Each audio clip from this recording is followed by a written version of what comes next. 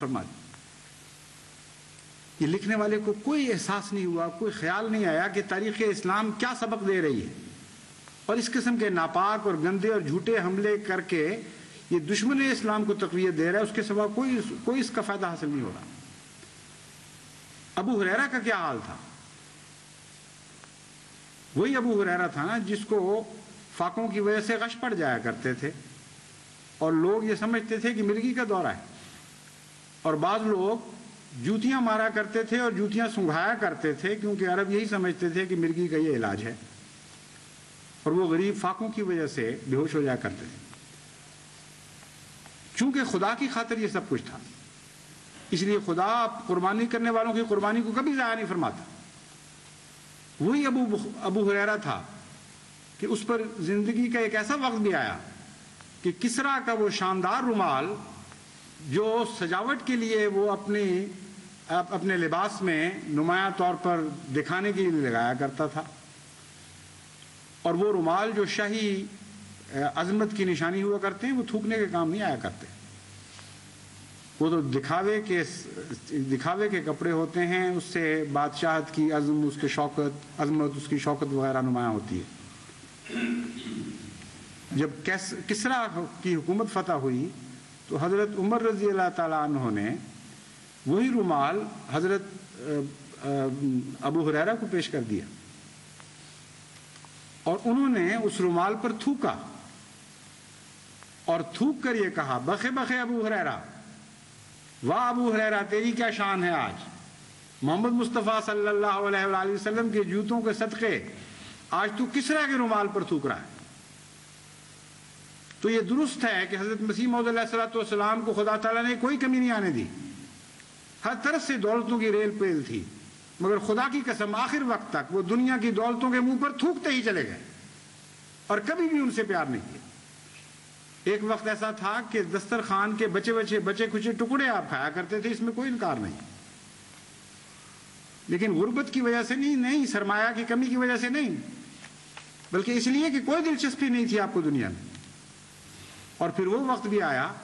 جبکہ لاکھوں انسان آپ کے دسترخوان سے کھانا کھانے لگے۔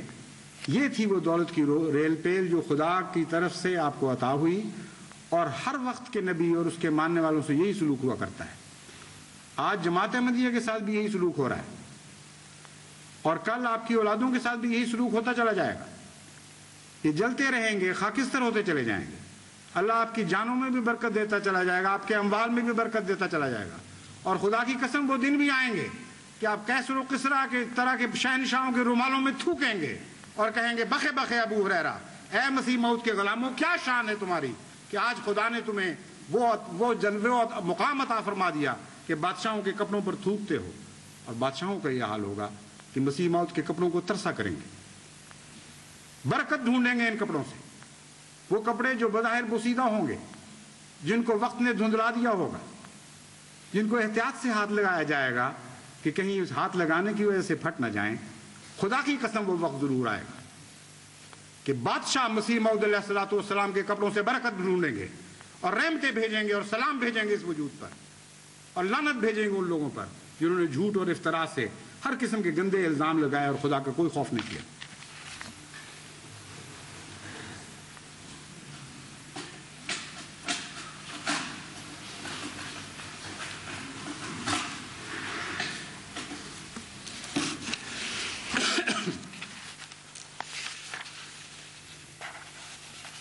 الحمدللہ نحمدہ ونستعینہ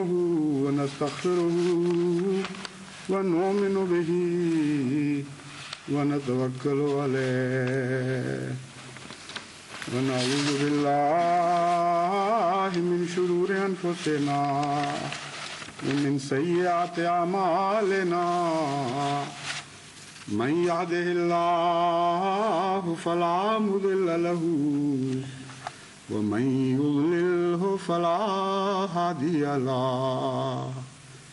ونشهد أن لا إله إلا الله وحده لا شريك له ونشهد أن محمدا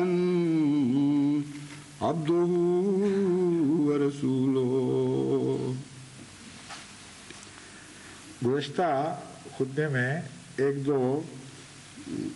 حوالے تھے جو غلط ہو گئے، یعنی اس سے نفس مضمون میں تو قطعاً کوئی فرق نہیں پڑتا، نہ اس سے دلیل میں کوئی فرق پڑتا ہے، نہ مقصد میں، لیکن بہرحال وہ ایک تاریخی لحاظ سے ایک غلط بات بن جاتی ہے، اس لیے اس کی درستی ضروری ہے۔ کتاب امہات المومنین جو نہایت ہی دل آزار اور گندی کتاب ہے، اور حضرت صلی اللہ علیہ وآلہ وسلم کی پاک بعض مقدس خواتین مبارکہ کے اوپر گندے اتہامات پر مبنی ہے۔ اس کے مصنف کا نام غالباً میں نے فنڈر یا کچھ کہا تھا، لیکن بعد میں مجھے توجہ دلائی گئی اور ہم نے دیکھا تو اصل میں اس کا مصنف نامعلوم ہے، اور صرف کتاب پر سوتم داس عیسائی نے گجرانوالا شولہ پریس سے شائع کی، اتنا ہی درج ہے، اور مصنف کا نام چھپایا گیا ہے۔ دوسرے لندن سے ان کے پہلے مبلغ چودھری فتح محمد صاحب سیال تھے۔ 1913 تو درست ہے کہ 1913 میں یہ مشن قائم ہوا ہے، لیکن قاضی محمد عبداللہ صاحب نہیں تھے، وہ 1915 میں آئے ہیں۔ اور تیسری بات یہ کہ لارڈ لارنس جن کا حوالہ تھا کہ کوئی چیز بھی ہماری سلطنت کے استحکام کا اس امر سے زیادہ موجب نہیں ہو سکتی کہ ہم عیسائیت کو ہندوستان میں پھیلا دیں، یہ حوالہ تو درست تھا، لارڈ لارنس کا ہی ہے، لیکن لارڈ لارنس آف عربیہ نہیں ہے، یہ وہ لارڈ لارنس ہیں جو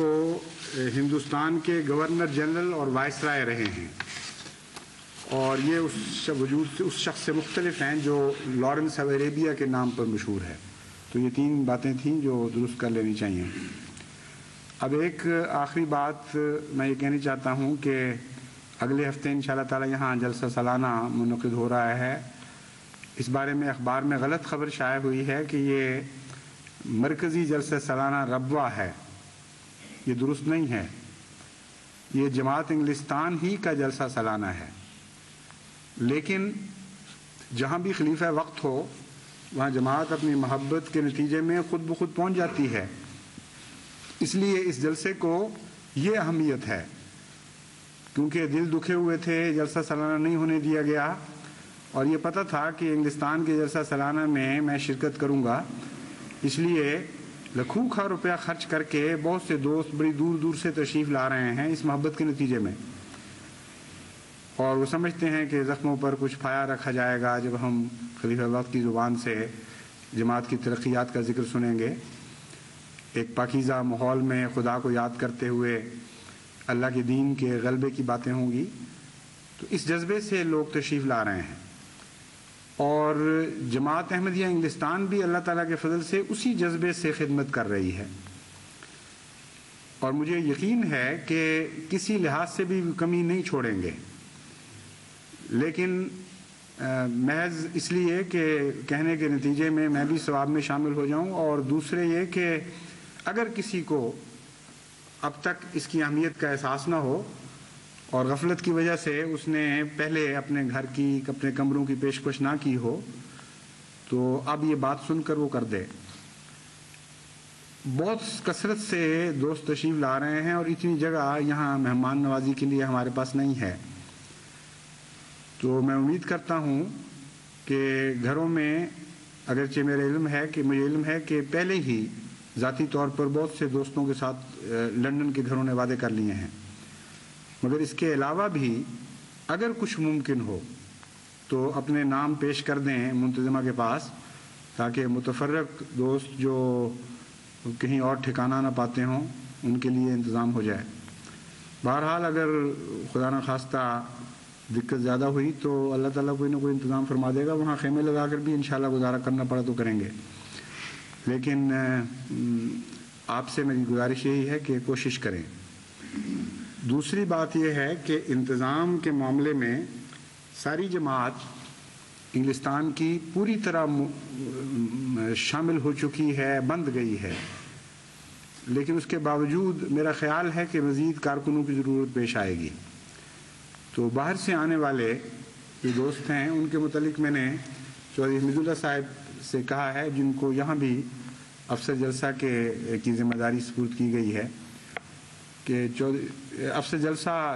اس رنگ میں تو نہیں باقاعدہ، وہ تو مقامی ہیں، لیکن افسر جلسہ کا ان کو تجربہ ہے، اس لیے ان سے میں نے کہا ہے کہ عمومی نگرانی رکھیں اور جائزہ لیتے رہیں انتظامات کا۔ تو چودھری حمید اللہ صاحب سے میں نے بات کی ہے کہ اگر باہر سے آنے والے شوقیہ طور پر اپنے نام پیش کرنا چاہیں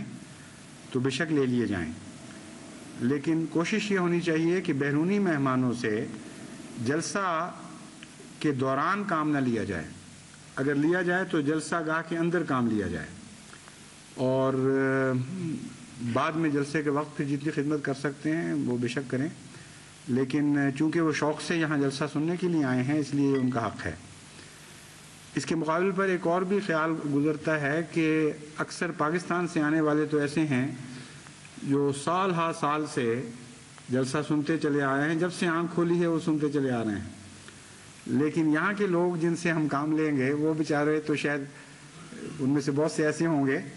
جن کو پہلی دفعہ موقع ہوگا، یا اگر وہ پاکستانی ہیں تو مدتوں کے بعد موقع ملا ہوگا۔ اس لیے ان دونوں باتوں کے درمیان مجھے خیال آ رہا ہے کہ کچھ توازن کرنا پڑے گا، اور مقامی نوجوانوں کو خصوصاً میں سمجھتا ہوں کہ جلسے کے دوران باہر کی ڈیوٹی نہیں دینی چاہیے، کیونکہ نوجوانوں کی تربیت کی خاطر بھی ضروری ہے کہ وہ ماحول دیکھیں۔ یہاں کے جلسے بڑے بڑے اچھے ہو چکے ہیں، کامیاب گزرتے رہے ہیں،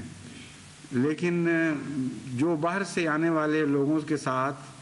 یہاں جلسہ سالانہ کی تھوڑی سی تصویر بنے گی وہ حیرت انگیز اثر کرنے والی ہے۔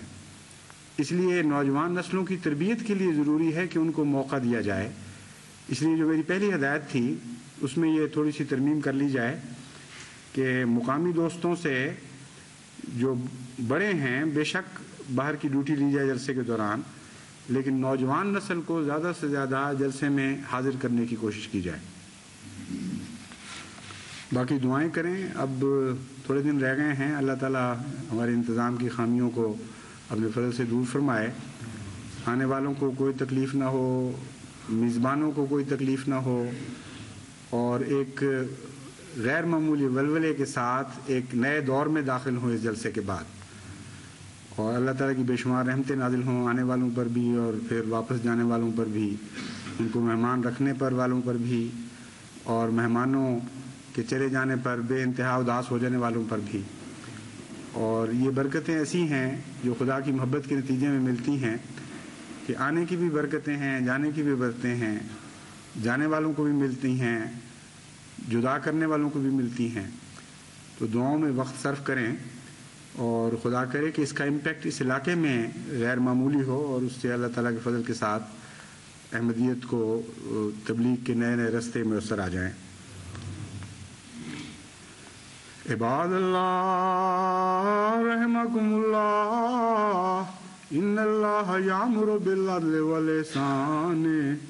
وایتاء ذی القربی وینہی عن الفحشاء والمنکر والبغی یعظکم لعلکم تذکرون۔ اذکروا اللہ یذکرکم وادعوہ یستجب لکم ولذکر اللہ اکبر۔